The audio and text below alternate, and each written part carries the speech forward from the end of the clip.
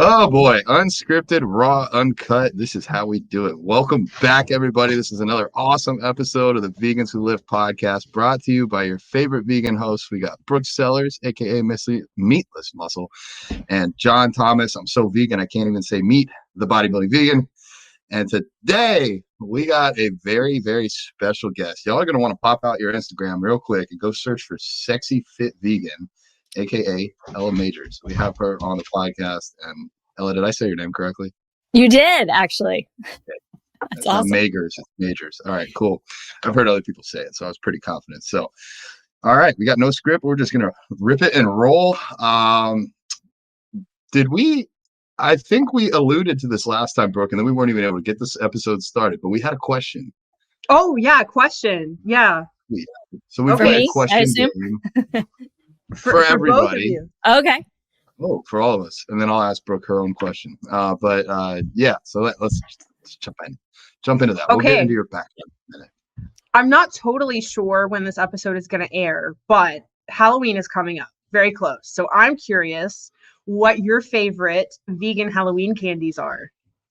Oh, Yo, gosh. This is the Instagram reel to promote this episode because this is going to go viral. All right, favorite vegan Halloween candies. Ella, you're on point. Oh, this is really a hard one for me because I don't even eat candy and I have no children. So this, can John start? That's how you know you're like a level 100 super vegan. You're so vegan you don't eat candy and you don't have kids because you're trying to save the world. I will start while you can rack your brain, Ella. Oh, man. Well, okay, so I was hanging out at Vegan International Co. and they got vegan versions of everything. They have one that's like, oh man, it's like a play on words. It's like it's even better, or it's the better one, and it's a vegan Snickers. That I've not tried, but it looked really freaking good. Traditional candy. I like Twizzlers. I do like Twizzlers. Yes. I do like Sour Patch Kids. Yes. The new shout out to my boy Alex Nearest. He just went and got some of the vegan Reese's, the plant-based Reese's. Those are pretty good. Oh yeah. Yeah. I love like Swedish fish. Dots. Oh, Swedish fish. Yeah. Swedish fish. Ooh. Yeah, those are so good. I love Dots too. They're definitely like a guilty pleasure. I think Jolly Ranchers are vegan too. Yeah, I believe which so. are really good. Are Junior Mints like vegan? Them. Yes. Right? I think so. I'm trying to contribute here because I literally I don't eat candy. I'm so boring.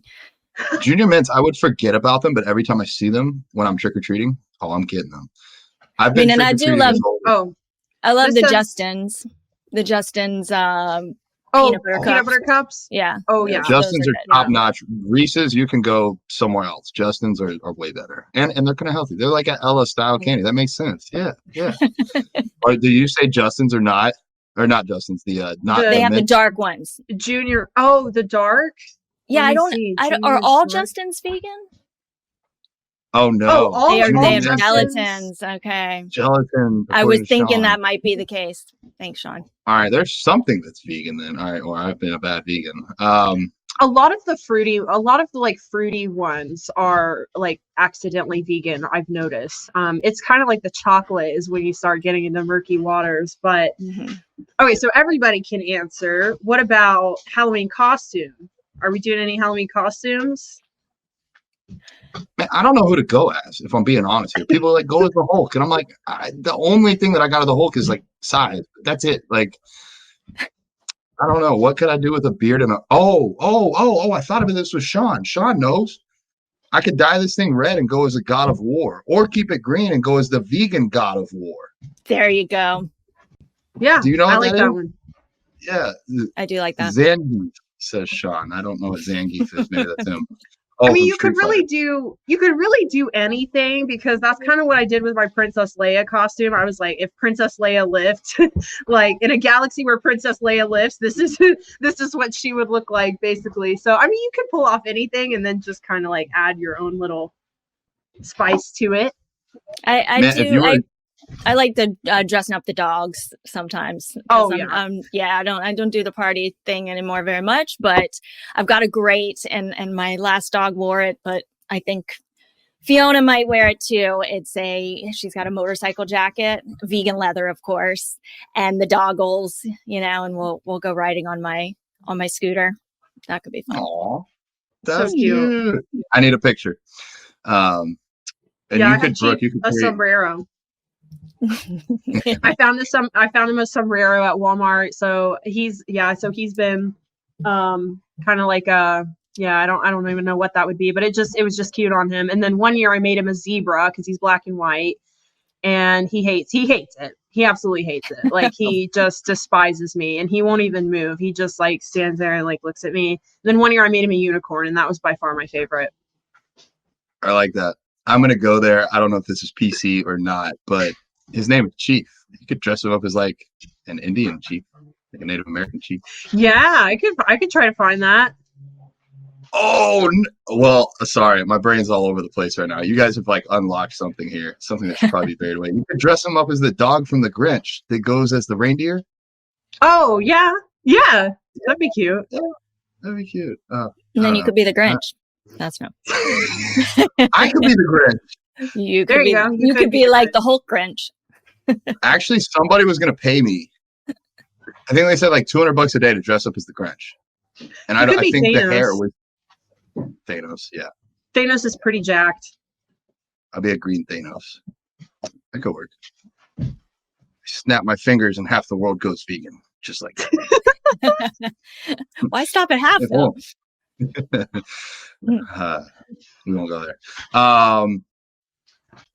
All right, I'm back to the candy. Yeah, a lot of the fruity stuff is usually safe. The only areas you guys got to really watch for, well, apparently everything, even the junior. Why would they have gelatin in a chocolate candy? That makes no sense. But like anything that's like a gummy worm or a gummy bear, those like Sour Patch is fine, but the little trolley gummies aren't. Ella, how long have you been vegan? 29 years. How old were you when you were vegan? 15. So have you been trick-or-treating as a vegan? No. Oh. Yeah, you're too old. A little too old. She grew up way too fast. I still went trick-or-treating at like 14. I also had younger siblings, but I still went. So I just had to pick through the candy and trade with other kids. But yeah. Oh, well, I don't know if this is going to happen or not, but my brother, he's vegan and he's not super like activism vegan, but he's like, you should do a vegan trunk or treat. I was like, that's a great idea. That is a great idea. Walmart parking lot or something, be like, send your kids over. I got candy in my trunk. That'll go over really well. I need to have some other people there with me. Otherwise, that's going to be really weird. But I think it'd be cool. A way to hang out and still kind of celebrate. Anyways, all right. I'm just bullshitting now. Ella, thank you for coming on the podcast. You've been vegan for longer than most, so you've probably seen a lot of changes in the last few decades. We have no script, so why don't you just tell us a little bit about what you're about? Like, what are you up to? What do you do? Why'd you go vegan? Wherever your heart takes you there. Ooh, yeah. Well, yeah, lots changed over 30 years. And let's see. So it was 1995 when I went fully vegan. And, I think one of the benefits of going vegan back then was that there really wasn't much food, much processed food on the market that was labeled vegan or that was vegan. So I really did, make that transition and did it in a pretty whole food, plant-based way, which I find very fortunate. Now, don't get me wrong. I am so jazzed about all the options that are out there. I am, a proponent of anything that's going to save the lives of animals, because that's the reason that I went vegan. I actually went vegetarian when I was 7 years old and made that connection with the food on my plate, with the animal that it was. And I just knew at 7 years old that was my purpose, to be a voice for animals, to help people make that connection and to make the transition. And really, I feel like my whole life's been this journey of, okay, how can I make the biggest impact? Which is both great and really tough at the same time, if that makes sense. Yeah, absolutely. Uh-oh, did John freeze again? Oh, I thought he was just thinking. He's contemplating. Oh Yeah, I boy. think he Okay. did freeze. Well, maybe he can come back and we can cut this out. But yeah, that's really incredible. Yeah, I think now is probably easier than ever to go vegan because of those more processed products, because mostly they're convenience products. And I mean, there are some products too that I think there are people who may not quite be willing to go healthy vegan yet, but they're willing to go vegan. And then, then maybe they care about their health down the road, which is great. I mean, we need them all, but yeah. So it's interesting that it's changed so much, because I've only been vegan, gosh, probably like a fourth of the time you have, but about 6 years, and it's changed so much since I've been vegan. Like Yeah. it used to be, you could get like one vegan cream cheese, one vegan cheese, and now there's so many different options. So it's really cool. But yeah, so what was your diet like when you originally went vegan? What was your kind of go-to foods and meals? Yeah, so I was actually really lucky. So like I said, I went vegetarian at 7 and started by just eating the side dishes off the dinner table, right? So my parents thought that it would be a phase, that I would, be vegetarian for a little bit and go back to eating everything. And it became pretty apparent pretty quickly that it was not a phase. I was like, every school assignment, it would ask, like, what do you believe in? I'd be like, I believe that eating any kind of animal for any reason is wrong. Why should we have to kill things if we've got so many other things that we can eat? It doesn't make any sense. And I was very vocal about it. I was a really shy kid too, by the way. My parents had to train me to say hello to people because I would run and hide from people, like when I was 5 years old. But when it came to standing up for that belief, it was like all that went out the window. And I was I knew that's why I was here. So anyway, yeah, I was eating the side dishes off my parents' table. And then eventually my dad was an old hippie. So he had been vegetarian in his past. And he ended up going vegan too. My little sister went vegan, and my dad liked to cook. So we would he'd have one of those walks, and we do the tofu and the stir-fried vegetables, do that a lot. We'd experiment making tofu cheesecakes and, just lots of veggies, beans, tofu, all of those things. And I was lucky because I had pretty health conscious parents as it was. So our house wasn't already just filled with processed foods. So I feel really fortunate. I had parents who were really supportive.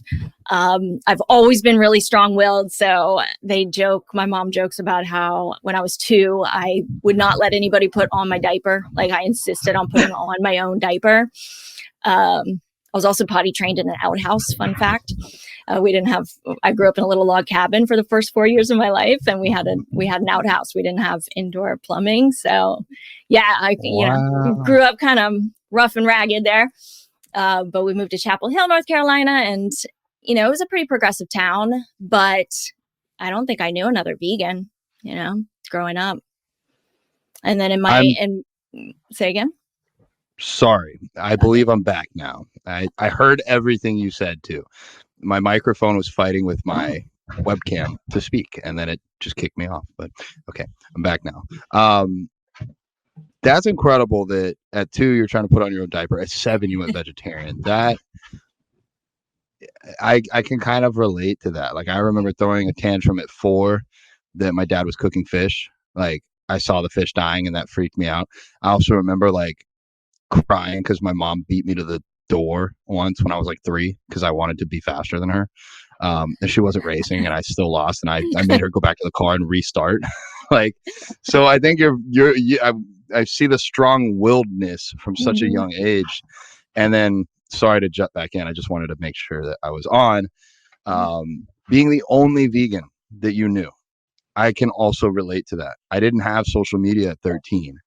I didn't have any other friends that were vegan at 13. It was just me. And you're doing this vegetarian at 7, vegan at 15, you said? Yeah. Yep. Like, and back in the 90s, like, there was nobody else doing that. So how did you get your family on board? Did you convince any friends, or were you just kind of that weird vegan girl that nobody else is doing this? Yeah, I was definitely that weird vegan girl. My dad did go vegetarian and then vegan a few years later, my little sister did the same thing. And in school, I was like, it was just so interesting thinking back to it, because I wasn't just the weird vegan girl in the corner. I was so full of hope that I could make a difference. I had this idea that, if only people knew what was happening behind the closed doors of factory farms, if only people knew what was happening in laboratories, they're surely going to go vegan immediately, just like me, because I didn't know. And then I found out, and then I immediately made the change.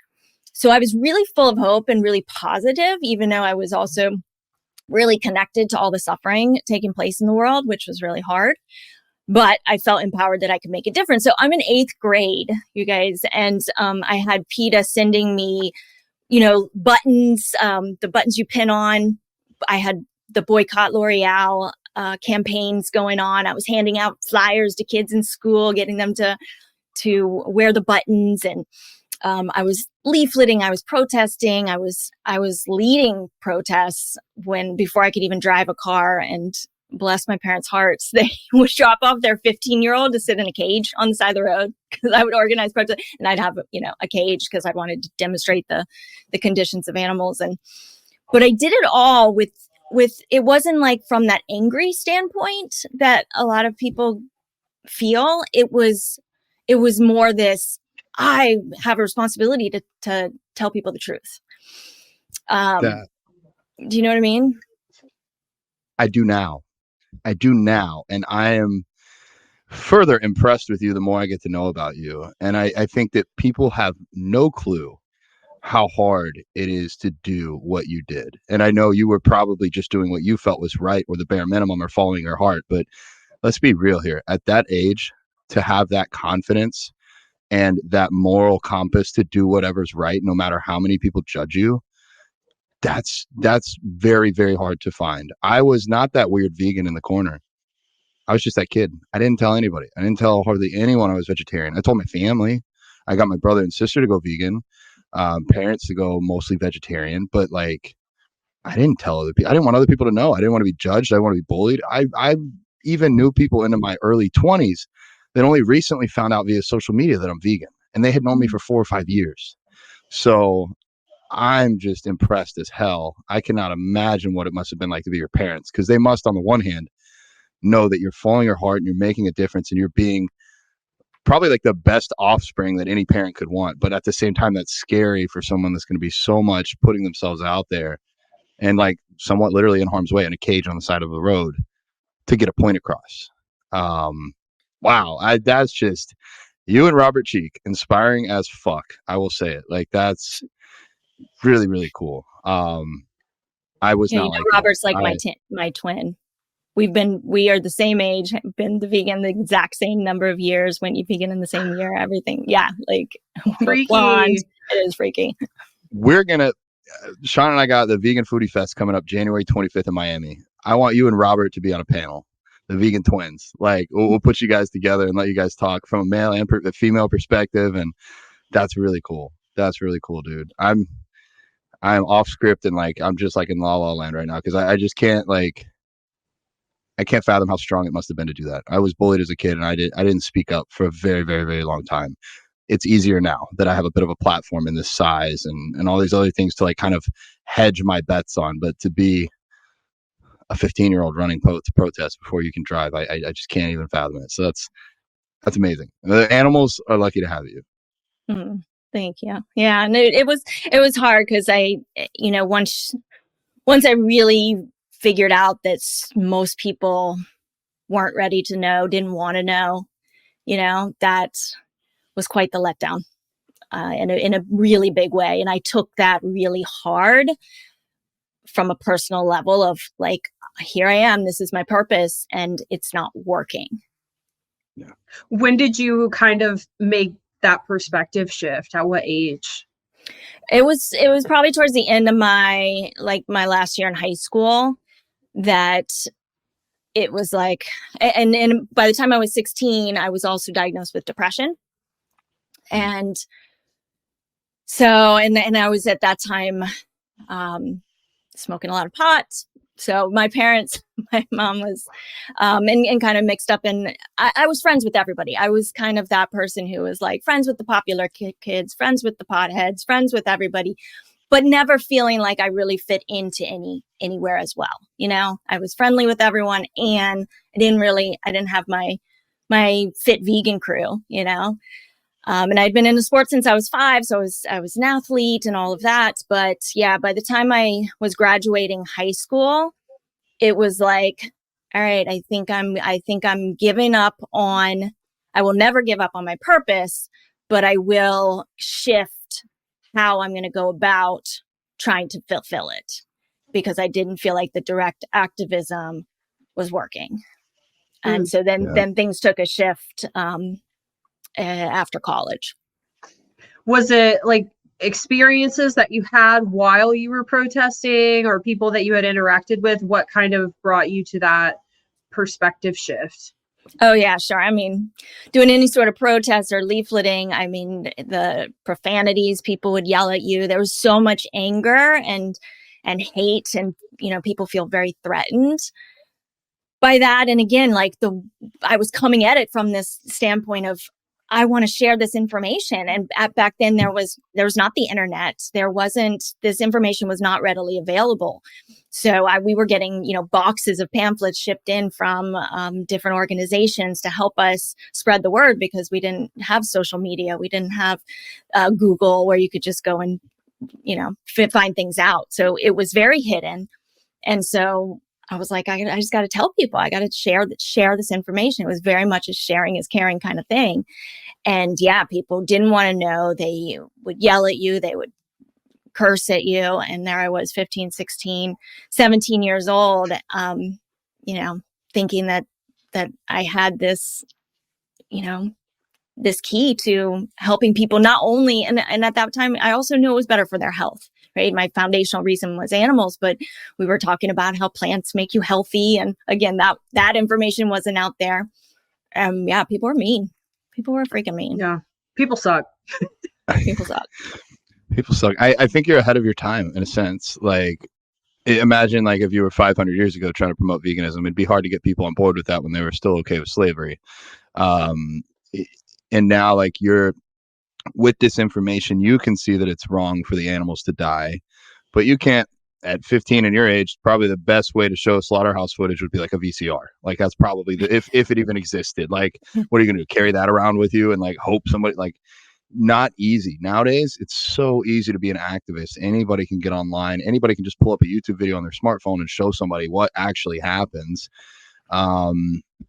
And then I think we have now going for us something really strong is the health implications. I'm not out here to say I'm the pinnacle of health. I'm a vegan bodybuilder. Anybody that's a bodybuilder is not healthy, and that's okay. However, you can even tie your argument in now is like, look, we love these animals. That's why we don't kill them. But I love you too. I don't want you to get cancer. I don't want you to get diabetes. I don't want you to have a stroke. And that's how we can maybe get some people that we won't get otherwise. Some people care about their health, and maybe they would be more willing to go plant-based. And then we alluded to earlier the alternatives. Back in '95, it's like, stop eating hamburgers. Most people would be like, well, what do I do? Oh, we're gonna go make this black bean walnut mushroom burger. It's freaking great.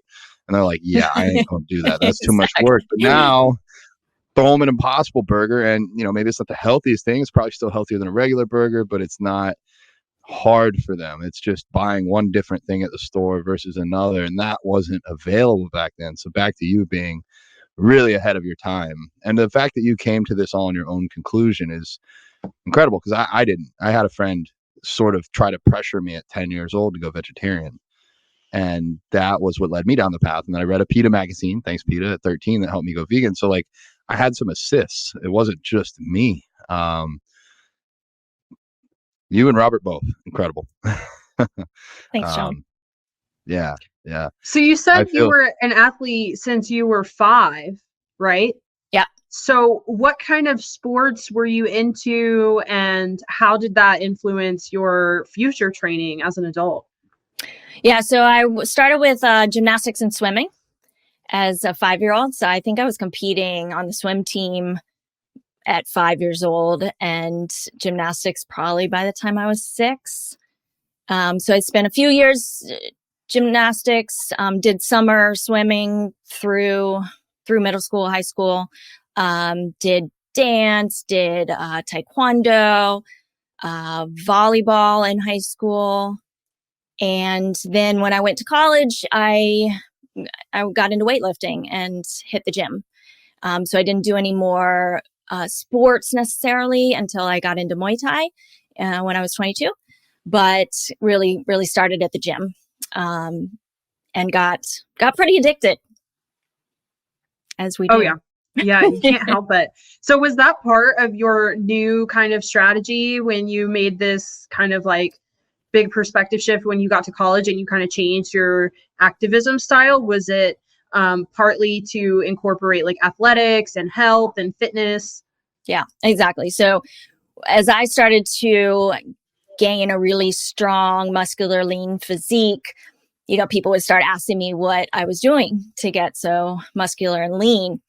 And of course, I was thrilled to share about how I was doing it, eating exclusively plants. So that became my new in, right? And it was so much more welcomed by other people. It was so much more well received because people were asking me. And then I was telling them. I wasn't just telling them information that they weren't ready to hear. They were actually asking me.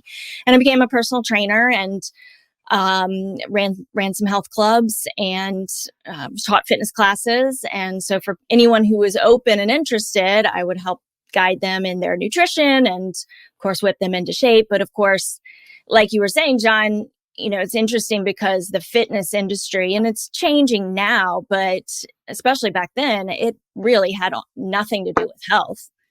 It was all about physique. It was all about how you looked on the outside, and you can look really healthy and look the way other people want to look.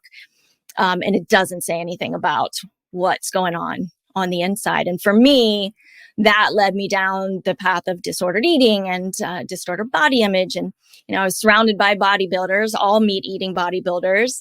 They were my friends, they were my buddies. And I watched them and their eating habits. And they were, of course, obsessed with protein, terrified of carbs. They were doing the Monday through Saturday. I'm going to restrict.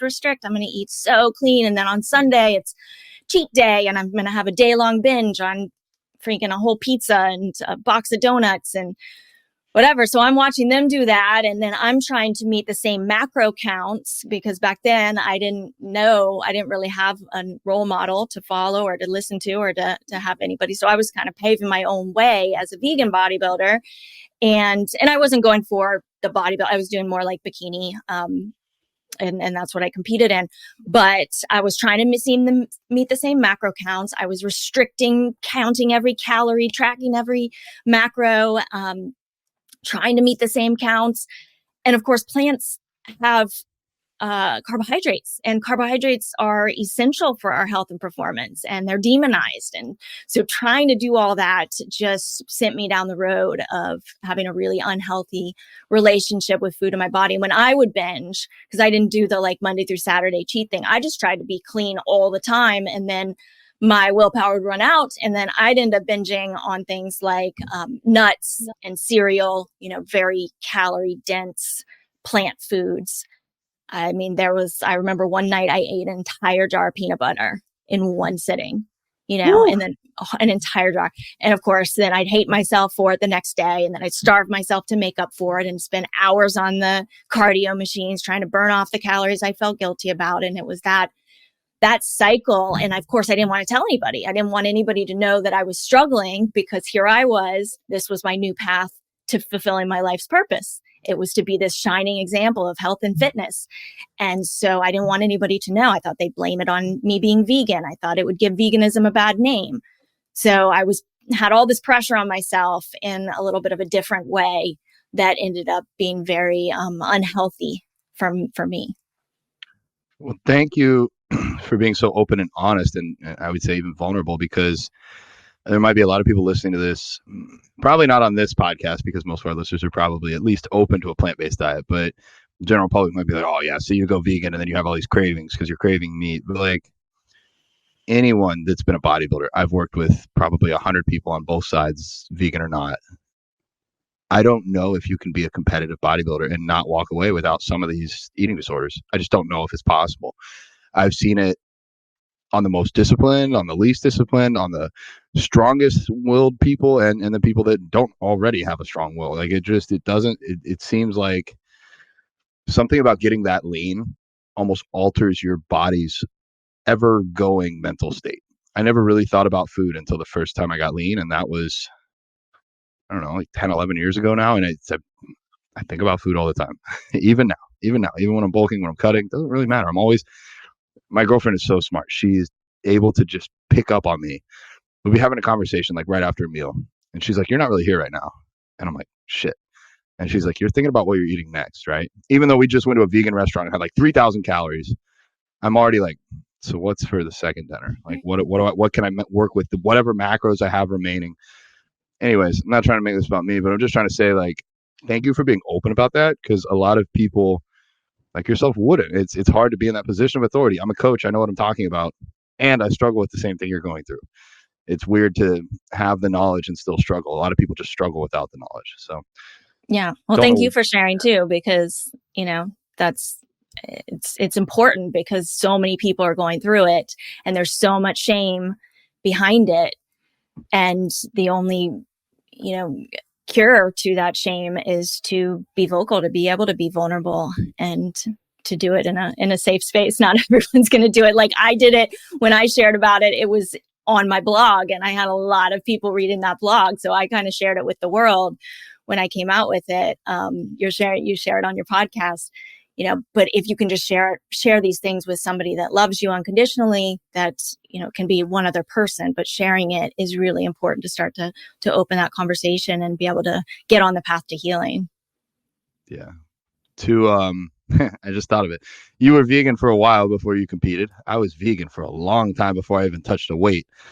So I know it wasn't being vegan that made these things happen. It's being so meticulous, tracking every meal, every macro, every step, every calorie. That I think I've seen it on both sides. So yeah, it has nothing to do with being vegan. It's just being in these physique-based sports that are it feels like you have control.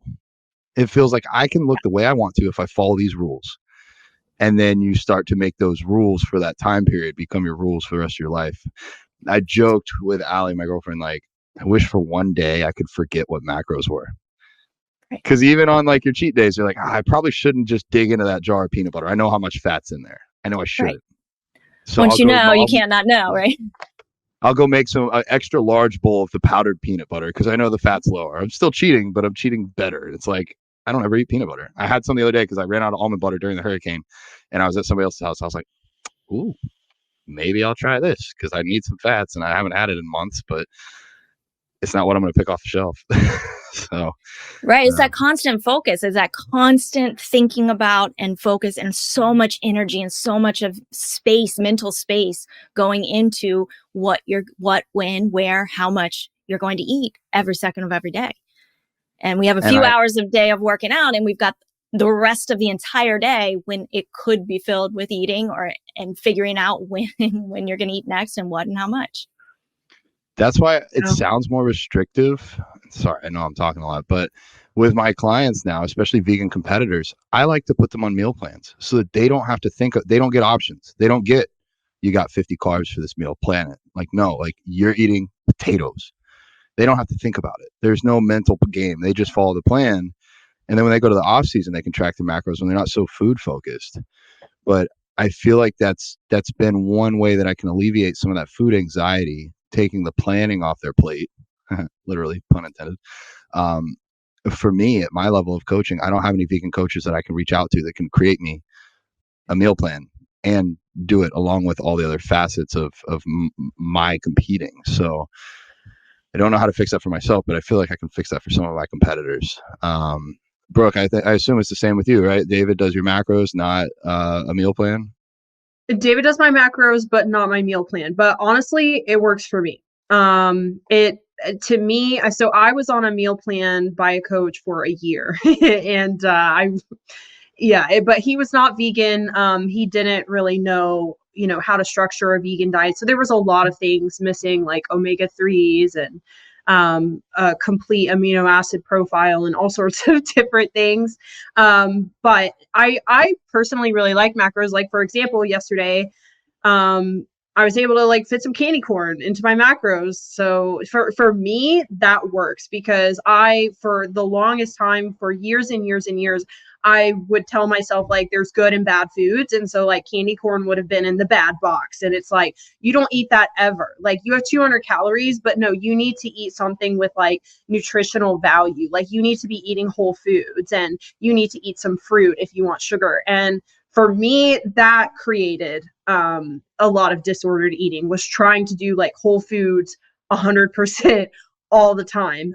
So then it got to the place where when I did have a processed food, I did struggle with binging, and I struggled with binging for a long time. And I finally got over it. I actually went through a program I would highly recommend by Celeste Turk, and she helped me tremendously with my food issues. But basically it was kind of like fear therapy, if you guys are familiar with it. Like if you have arachnophobia and you like slowly, gradually introduce yourself to your fear. So like you'll sit there and you'll think about a spider. And then the next thing you'll look at a picture of a spider, and then you'll sit in a room with a spider, and then like you'll hold a spider, you know? So it's the same thing kind of like with introducing foods that you have fears around. So like candy or any sort of like processed food or eating out or anything like that was kind of like gave me a little bit of anxiety.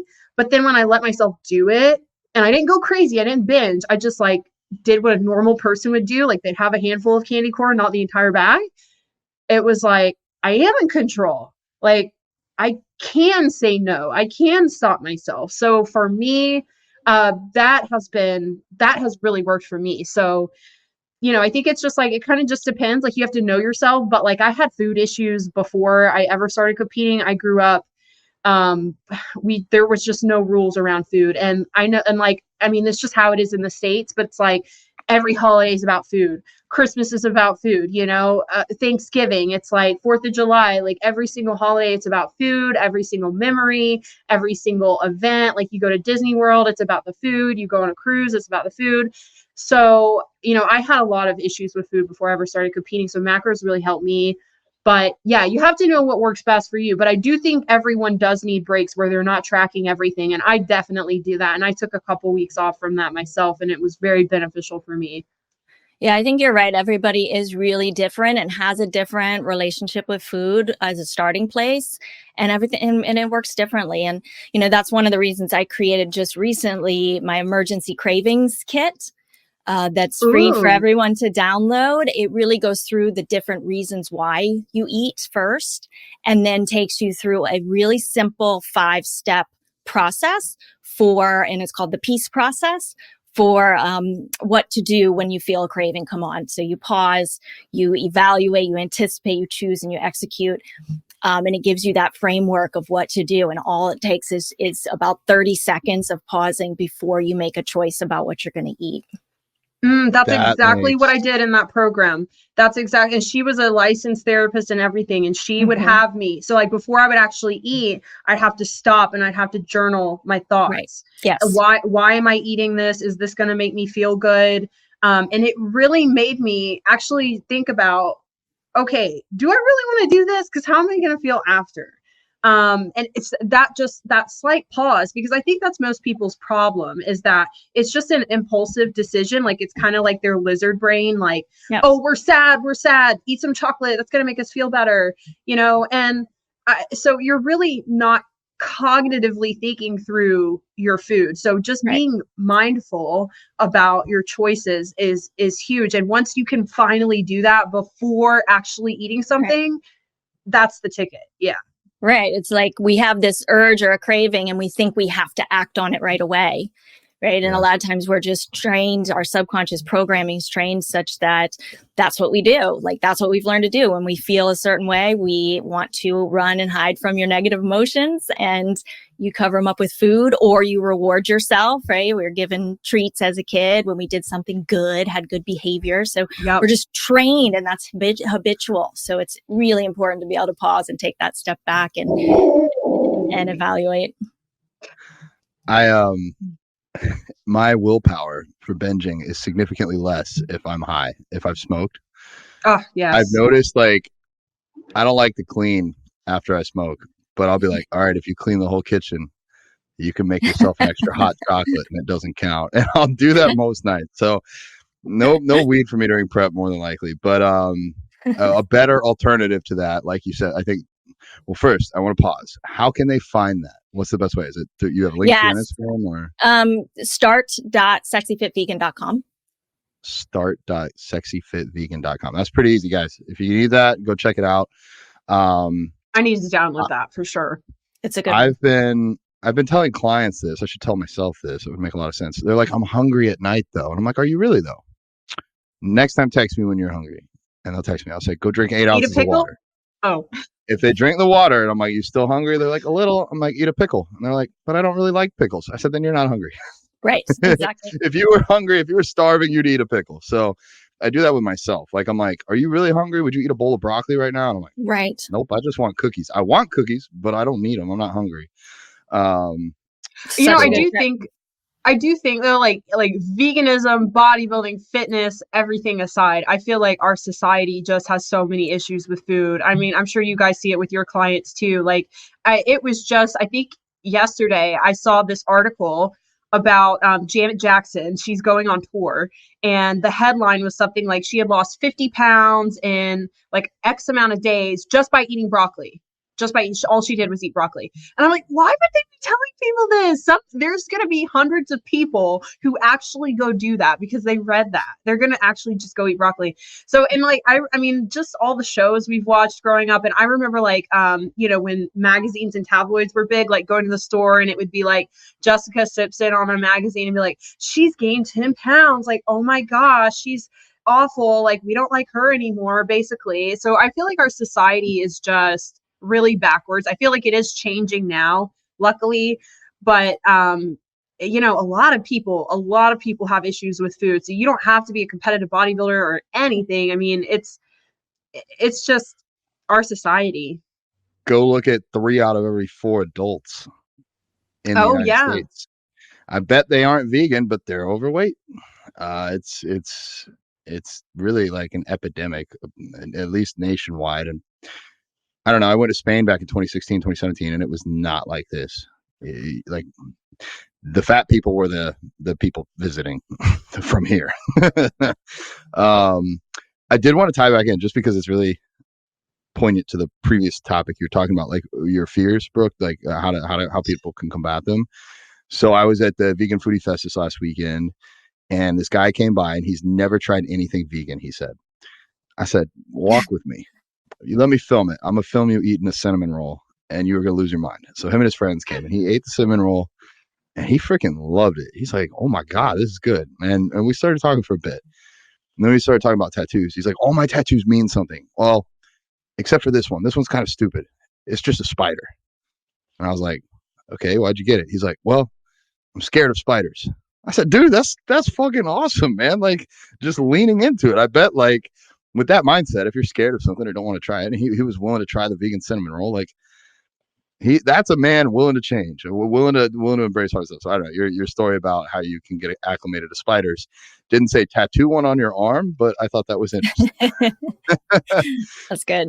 All about mindset. So, all right, Ella, I want to be respectful of your time and also kind of see where you're at now. So we were talking earlier, you know, 7-year-old's vegetarian, 15 is vegan, leading protests, maybe early college age, starting to be like, maybe the world's not fully ready for this, but I'm still going to be vegan. Where are you at now? I know you can talk about Vegans Explore a little bit if you want, but also, like, what are you up to, and how are you being that impact? Because I know you are, but maybe the others don't.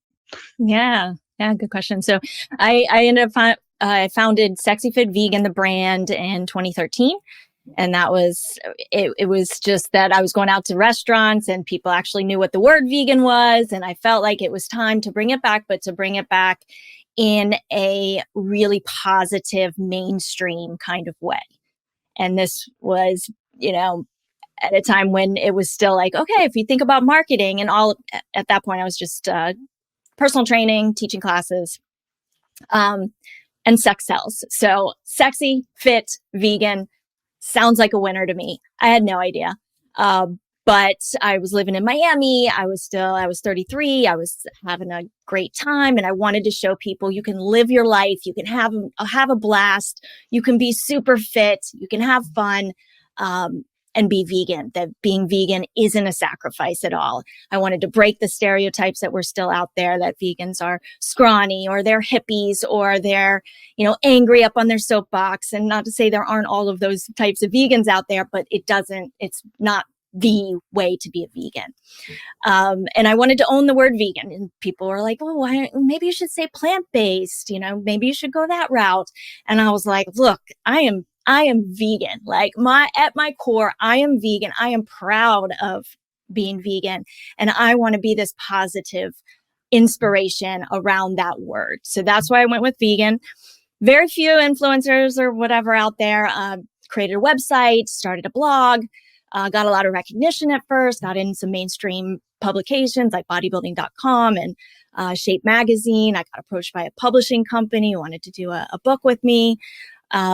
Started getting on podcasts. I was on my very first podcast was Victoria Moran's podcast. And this was before they were just on like Apple Podcasts. Hers was like a radio show. And I just remember I was so nervous. I had no experience doing these sort of things. It was live and it's a phone call, like you're on a phone call, and the phone call kept dropping. And I was with Victoria Moran and the phone kept dropping. It was live. It was a disaster. I was like, oh my God. So I've come a long way, but I had no idea how I was going to monetize it. Eventually, I was training a business coach who said, Ella, how would you like to do a group coaching program online? And I was like, that sounds phenomenal. I would love that. And that's before, a ton of group coaching programs were out there. And within 1 month, and I had really was ready to leave the personal training world at that moment. Within 1 month, I had a group coaching program up. I was selling, and she's like, how would you like to get on the phone and make a sale for, a few $1,000s into a coaching program? And I was like, I can't do that. Like, I can't ask somebody for thousands of dollars. That's crazy. And I did it. And I created a really valuable program. I sold it. We did Facebook ads. We did the whole thing. And what I learned pretty quickly, even though the programs were focused on the actual food, on making that transition to a plant-based way of life, I realized that so many people really needed help with their relationship with the food. That was kind of my specialty at that point. I had healed my own relationship with food. I had gone back to school. I got my master's degree in social work. I got certified as an eating disorder recovery coach. And so my program started to shift to be more focused on our relationship with food and building that. So now to this day, I'm actually launching a brand new program that's really almost completely focused on relationship with food to help people with their emotional eating, help people with disordered eating, people that feel out of control with their cravings. So we're doing a challenge the first week in December, and then we launched this new program in January. I couldn't be more excited. It's really great for not only people that are vegan, but it's even great for people that are just kind of open to maybe moving in the direction of plant-based. Because it's not like, here's a meal plan you need to follow. It's really about a lot of self-discovery work and about creating new patterns, new habits, new mindset around food, creating that healthy relationship where you can really have eating be aligned with what you want for yourself in the short term, your health and fitness goals, as well as in the long term. Wow. Love it. Oh, wow. So is it the same website to get to that, or is that a different website? Yeah, I recommend if that's something that is appealing to anyone to go ahead and go to start.sexyfitvegan.com, grab that Cravings toolkit, and then you'll get some emails that'll keep you up to date. I also do a soul aligned Sunday newsletter. So, I've been on a very spiritual path the last few years as well. So my newsletter is called Soul Aligned Sunday. Sexy, I've redefined that over the years. I'm 44 now and really owning what sexy means to me. I mean, compassion is sexy. Sexy stands for soul aligned, embracing your body, exploring life playfully, and you being you. So it's all about confidence and authenticity. And So yeah, if they sign up for the Cravings Toolkit, and you can go to sexyfitvegan.com as well. I've got a great podcast that's out there, the Vegan Life Coach podcast, that'll really also talk about tools for building a healthy relationship with food and your body. And then this toolkit and the challenge coming up is going to be transformational. It's a really big deep dive. It's a 4-day deep dive, this challenge, into really understanding your cravings and then applying that framework and being able to get to a place where you feel really in control of your food choices. I love it. That's great. And it's going to help a lot of people. I think so. If you had said you were 34, I would have believed you. So for anybody that's not watching, she is doing a phenomenal job on all aspects: activism, fitness. Thank you, Ella. It's been really, really nice having you on here. Do we have any more plugs or questions, Brooke? Any final ones, fun ones? What's your favorite food group or favorite meal? Oh, God, I'm going to sound so boring, but I'm a salad for breakfast kind of girl. And my salad, and it's on YouTube. If you go to YouTube, my salad, there's something really special about my salad that I eat every day. And I'm telling you this because my friend Anne, who runs Hogs and Kisses Farm Sanctuary, which you guys have got to come visit us at Hogs and Kisses. We're about to get our 2 turkey. It's a micro sanctuary. It's my best friend. Helped her go vegan about 12 years ago, and she has now moved to Virginia, and we have a sanctuary up there that I helped found. Anyway, she's not a salad person. She doesn't like salad that much, and I got her on the salad, and I saved a message that she did an audio message, and she goes, Ella, she's like, what the hell is up with this salad? She goes, I don't understand it. She's like, I think I'm addicted to this damn salad. She goes, there's something crazy about this salad. So I'm telling you, there's something crazy about this salad. Not only is it so delicious, it also has over 30 grams of protein in it. So it is a high protein salad, but it doesn't feel like you've eaten this massive amount. Super satisfying. It's my Nutrilicious kale and white bean salad. And we should put a link to my YouTube little recipe on it. You've piqued my interest. Ooh, yes. I had a salad for breakfast this morning, so I'm right there with you. It's so good. It's so good. It's just the easiest way to get like a ton of nutrients in is to just dump a bunch of veggies in a bowl. Like it's just the easiest way. Yes, but I'm not going to give it away right now. I think people need to go, and I think I should make it for you. You're not too far away. Yeah. Y'all go check it out. Yeah, you got to make it for me when I come down next. Yeah. John said he's had it. Yum. I believe it. Yeah, I've never been a big salad person. My mind is now opened. Thank you, Allie. We went to Dina's Vegan Deli and Desserts down in your neck of the woods. And Allie got a salad. And I'm like, I want the Philly cheese sub. I want the taco pizza. I want all this other stuff. And then I'll try a bite of your salad. And I ate like half her salad because it was that. I'm like, okay. I think after almost 2 decades of, oh, you're vegan, you can eat a salad. I'm like, right. I don't want your lettuce with nothing else, with no dressing, because you don't have anything. Like, that's not what I want. I want food, but I'll give yours a shot. That sounds really good. So when I go out to eat, I eat salad literally every day as my first meal of the day. And this salad, it doesn't feel like you're eating a salad because it's so hearty and creamy, and it's because I'm a comfort food kind of person. I'm from North Carolina, so I love me some good vegan comfort food. I eat Friday nights usually. You call it polenta because it sounds so much more fancy than grits, but it's grits. It's grits with with grilled veggies and tofu, but also it's got vegan cheese on it. It's my treat Friday meal, but it's so good. So I love creamy comfort food. I'm not just like a raw vegan who just eats raw veggies all the time. It's so yeah. Sean had it. He had it up in at the sanctuary actually. Yeah. Sweet. Also, you said you're getting turkeys? We are. 2 turkeys. Perfect timing. That was the meal that made me go vegetarian fully. I had been removing animals for months. I don't think I'd eaten an animal in like 3 months. Fish was the last thing. I remember the last bite of fish I had. I thanked the fish for giving up its life. And then I was like, I don't want to have to thank a fish again. I'm done with this. And then turkey was obviously Thanksgiving. And I looked at the plate and I was like, nah, nah, that was the last one. That was my I'll eat meat once a year, so I'm not a vegetarian. I said, fuck that. Like, done. So I think you guys playing with some turkeys and putting that out there, that might help all these people that are about to just, oh, it's turkey day. It's like, well, if we love turkeys, then why the hell are we eating them? But cool. All right. Ella, thank you so much for your time. I'm gonna have to go try a new salad. That's on my to-do list. Brooke, anything else? No, I think that's it. Appreciate right. you guys. Well, you guys go subscribe to Ella. Go get in her coaching program. Hit us up if you need a bodybuilding coach. So then another super fun educational episode of the Vegans Who Live podcast. Leave us a message for us to be able to answer your questions, and like everything and share it and help us grow. We love you. All right, we're out.